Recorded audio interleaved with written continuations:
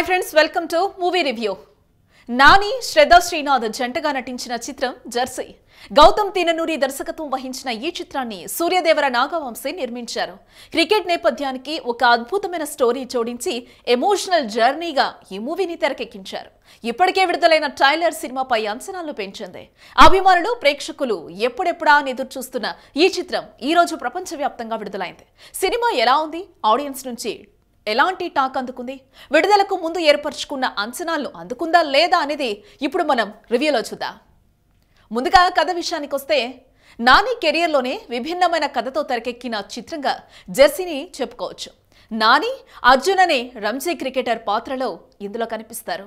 26 ఏళ్ల వయసులోనే కొన్ని కారణాల వలన ఆటకు దూరమైన అర్జున్ రిటైర్ అయ్యే వయసులో మళ్లీ బ్యాట్ పడతాడు.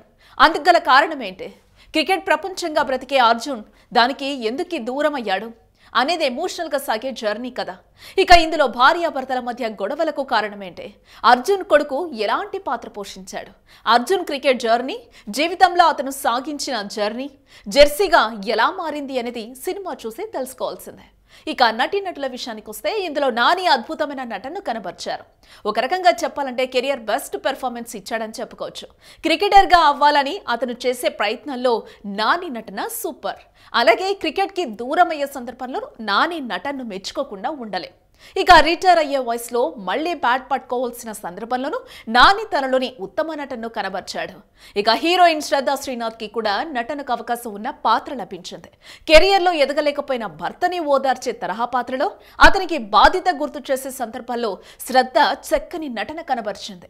అలాగే పెళ్లికి ముందు సన్నివేశాల్లో గ్లామర్ కూడా కురిపించింది.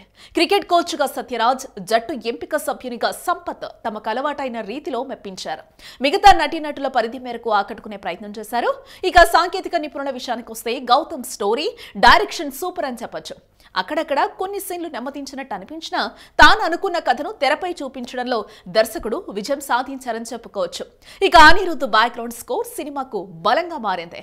ఇక సాను ఫోటోగ్రఫీ బాగుంది.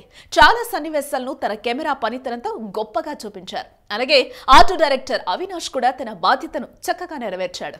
ఇక ఎడిటర్ నవీన్ నూలి తన కత్తెరకు కొంత పని చెప్పాల్సిన ఇలాంటి ఎమోషనల్ సినిమాకు ఆయన చాలా వరకు న్యాయం చేశారని చెప్పుకోవాలి. అలాగే చిత్ర నిర్మాణ విలువలు కూడా బాగున్నాయి.